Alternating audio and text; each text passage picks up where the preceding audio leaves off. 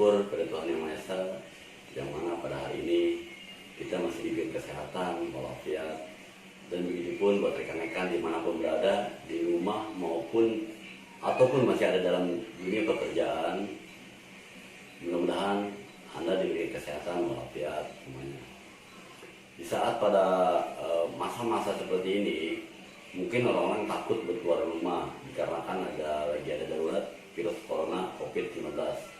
Tetapi kami dari kelompok kami tidak akan jadi halangan apapun dengan adanya virus corona. Tetapi rekan-rekan dan kami juga harus waspada, tetap kita harus waspada.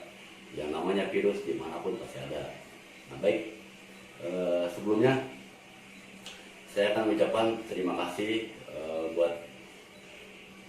kepada dosen pengampu dengan mata kuliah evaluasi pembelajaran, yaitu Ibu Ani Interdiana MPD, yang sudah memberikan tugas kami untuk berpresentasi dengan materi penilaian portofolio. Kami dari kelompok 4 sangat bersyukur diberikan tugas seperti ini buat pembelajaran kami juga. Nah di sini kelompok kami ada 3. Yang pertama saya Didi Sofian, dan yang kedua ada Riza, dan yang ketiga Ayu Fitria.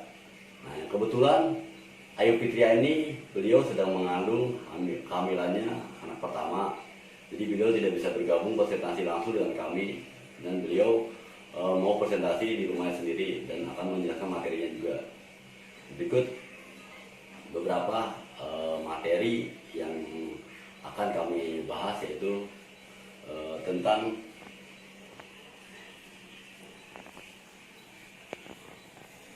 penilaian portofolio. Yang pertama, apa sih pengertian portofolio, dan yang kedua, bagaimana tujuan penilaian portofolio tersebut, dan yang ketiga, fungsi portofolio, lalu ada kegunaan penilaian portofolio, lalu ada prinsip-prinsip penilaian portofolio, dan ada tahap-tahap penilaian portofolio, dan yang terakhir jenis penilaian portofolio. Nah, dari semua materi ini nanti kami akan jelaskan satu persatu. Baik dari itu, maka yang pertama saya akan jelaskan penilaian portofolio. Pengertian penilaian portofolio. Di sini ada penilaian portofolio. Di sini akan saya jelaskan pengertiannya apa sih pengertian portofolio. Jadi portofolio itu merupakan pendekatan baru yang akhir-akhir ini sering diperkenalkan para ahli pendidikan untuk dilaksanakan di sekolah selain pendekatan penilaian yang telah lama digunakan. Jadi istilah portofolio pertama kali digunakan oleh kalangan fotografer dan artis. Nah, di sini saya tidak akan membahas kalangan fotografer dan artisnya, tetapi saya akan membahas penilaian portofolio tentang dunia pendidikan. Nah, menurut para ahli, ada salah satu ahli mengutarakan yaitu Ormrod. Menurut Ormrod, portofolio adalah a systematic collection of system work over a lengthy period. Jadi artinya portofolio itu dapat diartikan sebagai kumpulan karya peserta didik dalam kurun waktu tertentu yang menunjukkan usaha perkembangan dan prestasi belajar kurun waktu tertentu, mulai dari kumpulan karya dalam 1 catur bulan, 1 semester maupun 1 tahun. Nah, itulah pengertian yang tadi yang dinamakan penilaian portofolio. Berikut saya akan menjelaskan apa sih tujuan penilaian portofolio tersebut. Di sini ada tujuan penilaian portofolio. Yang pertama yaitu formatif dan sumatif. Hanya 2 jenis, formatif dan sumatif. Nah, berikut saya akan jelaskan ya, apa sih penilaian portofolio formatif dan sumatif itu. Yang pertama, penilaian portofolio sebagai alat formatif digunakan untuk membantu peserta didik dari hari ke hari dan untuk mendorong peserta didik dalam merefleksi pembelajaran mereka sendiri. Itulah pengertian formatif itu. Dan kedua, pengertian portofolio ditujukan yang untuk penilaian sumatif, yaitu pada akhir semester atau akhir tahun pelajaran, hasil penilaian portofolio sebagai alat sumatif ini dapat digunakan untuk menguji menguji angka raport peserta didik yang mempunyai menunjukkan prestasi peserta didik itu sendiri dalam masa pelajaran tertentu. Nah, selain itu, adapun di samping itu tujuan penilaian peserta didik adalah untuk memberikan informasi kepada orang tua murid tentang perkembangan peserta didik secara lengkap dengan dukungan data dan dokumen yang akurat. Yang kita contohnya itu disebut rapor. Baik, itu penjelasan dari saya tujuan penilaian portofolio dan penilaian portofolio. Untuk penjelasan selanjutnya, saya akan menjelaskan tentang fungsi portofolio. Fungsi portofolio sendiri terbagi atas 4. Yang pertama, portofolio berfungsi sebagai sumber informasi yang dibutuhkan oleh orang tua dan guru untuk mengetahui perkembangan dan pertumbuhan peserta didik di dalam suatu kelas. Sumber informasi yang dibutuhkan meliputi tentang tanggung jawab yang dilakukan oleh peserta didik di dalam suatu kelas dan perkembangan informasi tentang wawasan yang telah peserta didik terima dalam pembelajaran yang telah dilakukan.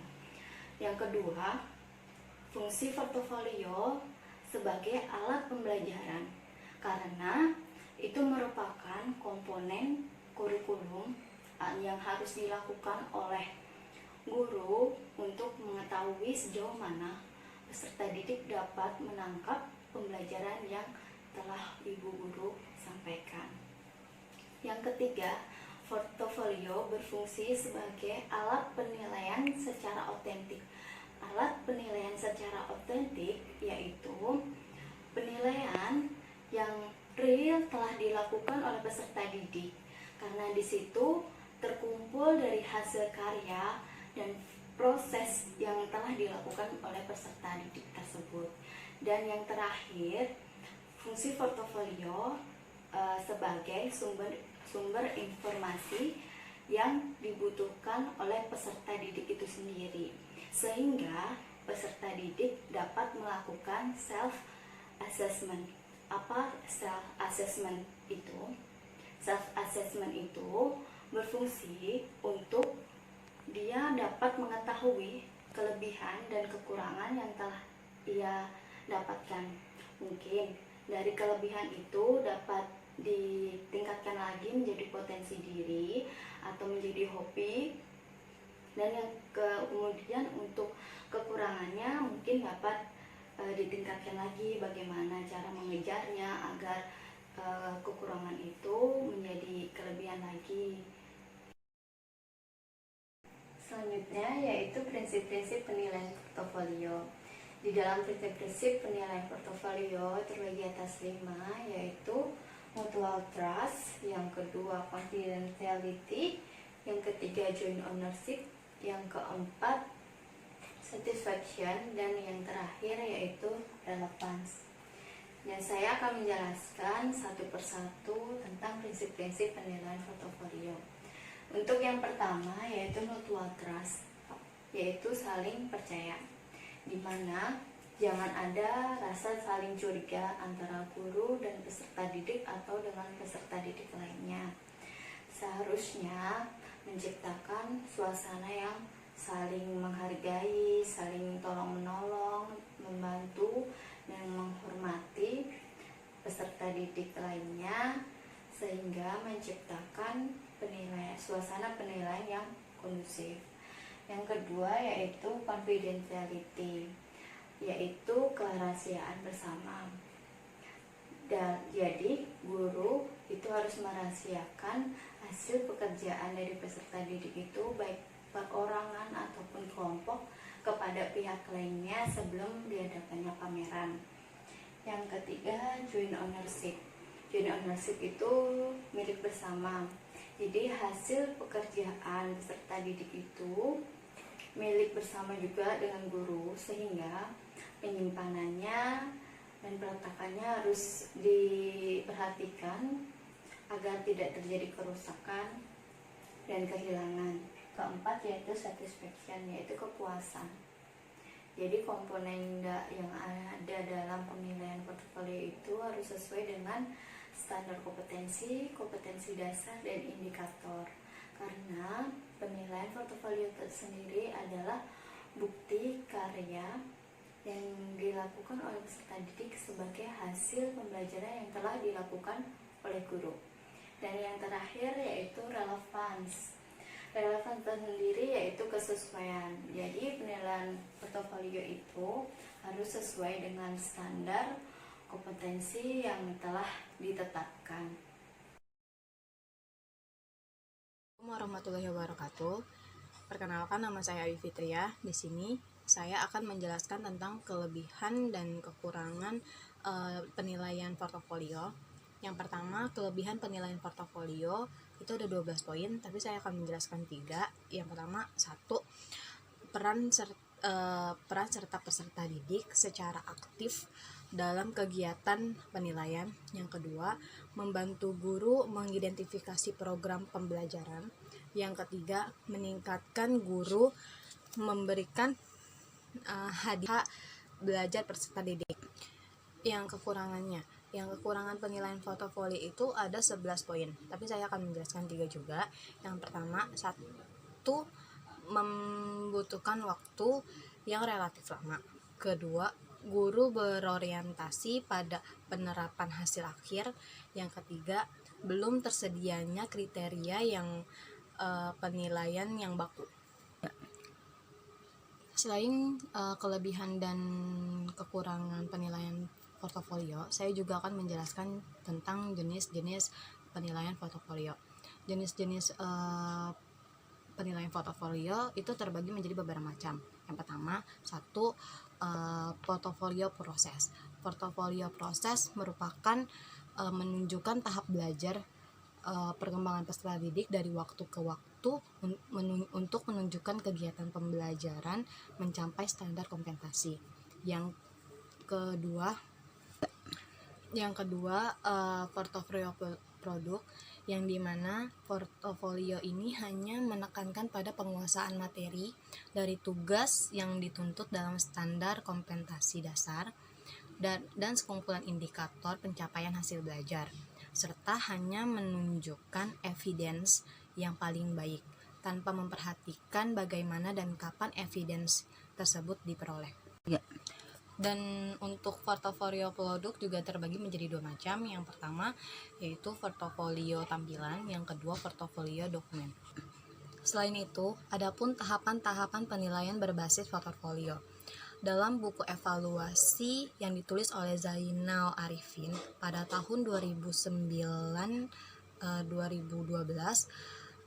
diuraikan tahap-tahapan penilaian portofolio yang disarankan, yaitu 1, menentukan tujuan dan fokus portofolio. Yang kedua, menentukan isi portofolio. Yang ketiga, mengembangkan kriteria penilaian. Yang keempat, menyusun format portofolio. Yang kelima, mengidentifikasi pengorganisasian portofolio. Yang keenam, penggunaan portofolio dalam praktek. Yang ketujuh, penilaian pelaksanaan portofolio. Yang terakhir, menilai portofolio secara umum. Setelah kita menjelaskan tentang penilaian portofolio, maka dapat ditarik kesimpulan bahwa portofolio disebut juga dengan collection of learning experience, yang dimana terdapat di dalam pikiran peserta didik, baik yang berwujud pengetahuan, keterampilan, sikap, dan nilai. Portofolio sebagai suatu wujud benda fisik atau sekumpulan suatu bukti dari suatu kegiatan, yakni kumpulan dokumentasi atau hasil pekerjaan peserta didik yang disimpan dalam suatu dokumen atau satu bundelan. Nah, portofolio seorang peserta didik ini memuat tentang tugas-tugas yang telah diberikan oleh guru, kemudian catatan perilaku harian, sikap peserta didik sehari-hari di dalam suatu kelas ataupun lingkungan sekolah, serta laporan hasil kerja peserta didik di luar sekolah, misalnya karya ilmiah ataupun penelitian. Sekian presentasi dari kelompok kami, yaitu kelompok 4 yang menjelaskan tentang penilaian portofolio.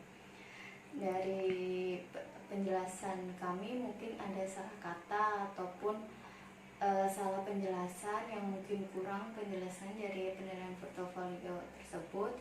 Mohon kritik dan sarannya yang mungkin teman-teman tahu, sehingga kita dapat informasi lagi, dan kita akan membuka sesi tanya jawab di Google Classroom. Sekian presentasi dari kelompok 4. Wassalamualaikum warahmatullahi wabarakatuh.